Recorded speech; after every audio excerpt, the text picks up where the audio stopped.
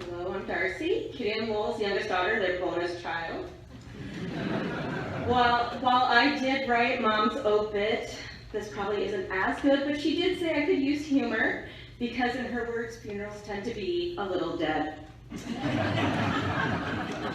Humor, a quick wit, and sparkle in her eyes, that was Mom. Her comebacks were so easy and fast and natural that I'm positive she would say them to students, likely teaching them extra skills that may get them in trouble with others. So to her students and parents of students, I'm sorry and you're welcome. She was also good at rolling her eyes, a skill I learned from her at a very early age, and talking with her hands. My grandpa Einer would joke that if you held down her hands, she wouldn't be able to talk. The lady also said it like it is, so when I'm blunt with you, that's where it comes from. Mom passed along a lot of great skills, a love of baking, gardening, trying to enjoy the simple things in life.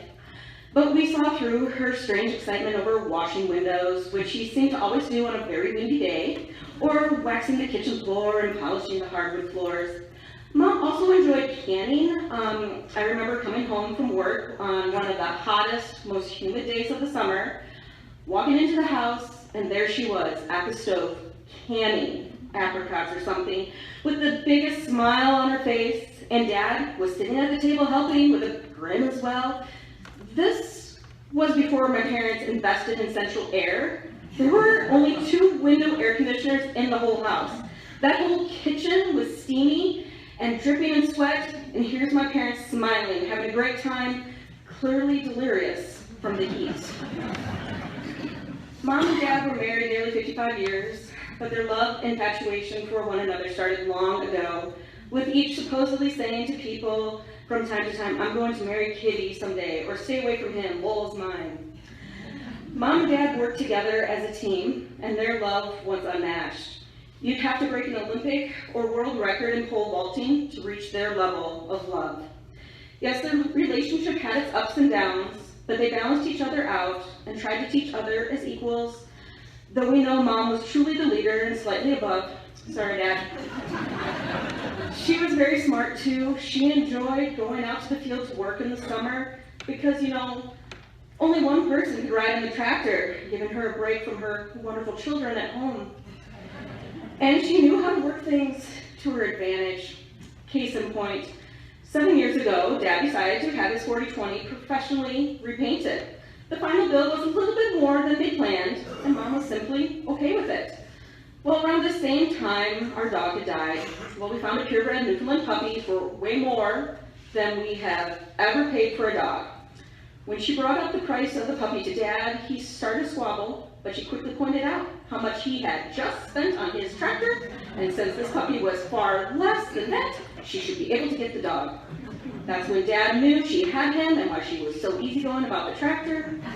The lady was a genius.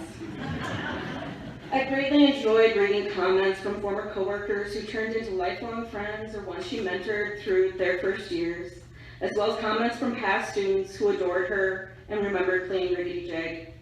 She equally loved all of her students, so though some years were a bit more challenging than others, that's when she'd give all of her patience in the classroom, leaving no patience for us at home, so we had to be super good.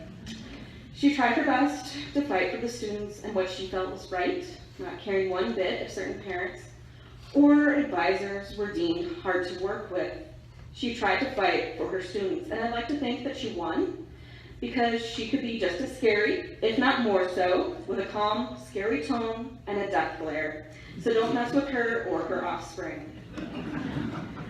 Mom was very much a rule follower too, unless she didn't agree with the rule. Then she knew how to bend it slightly. For instance, there was a time back in Hurley when classes were told there would not be an end of the year party. Mom loved parties.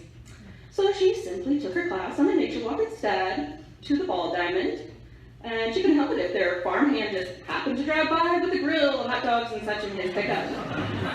People, the Ball Diamond is not that far from the school, so her students were simply told that if school administrators stopped to quickly look at the leaves or something. I have so many stories to share, a mic and a captive audience, so sit tight.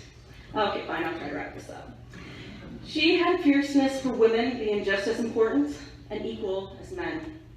Early in their marriage, Mom decided she needed a lawnmower, so she went to town to buy one. The dealer was hesitant and said, "Ooh, you better talk to Lowell first." Mom shot back, "Why? It's my money. I know what I want, and Lowell doesn't even want a lawnmower." She got her way, and the dealer died of a heart attack. Okay, but he died like several years later, but I swear the first several times they told me the story, and my interpretation died right away, and doesn't that just make the story better?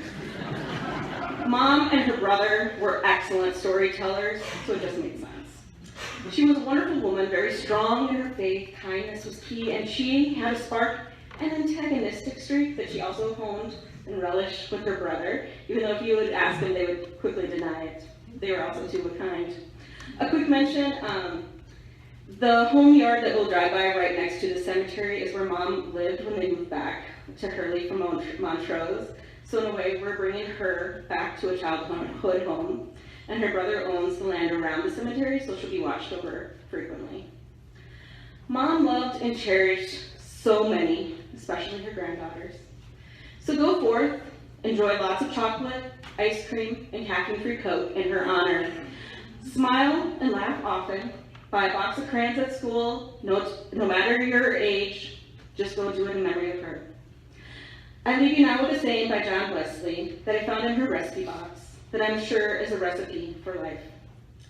Do all the good you can, by all the means you can, and all the ways you can, at all the times you can, to all the people you can, as long as you ever can.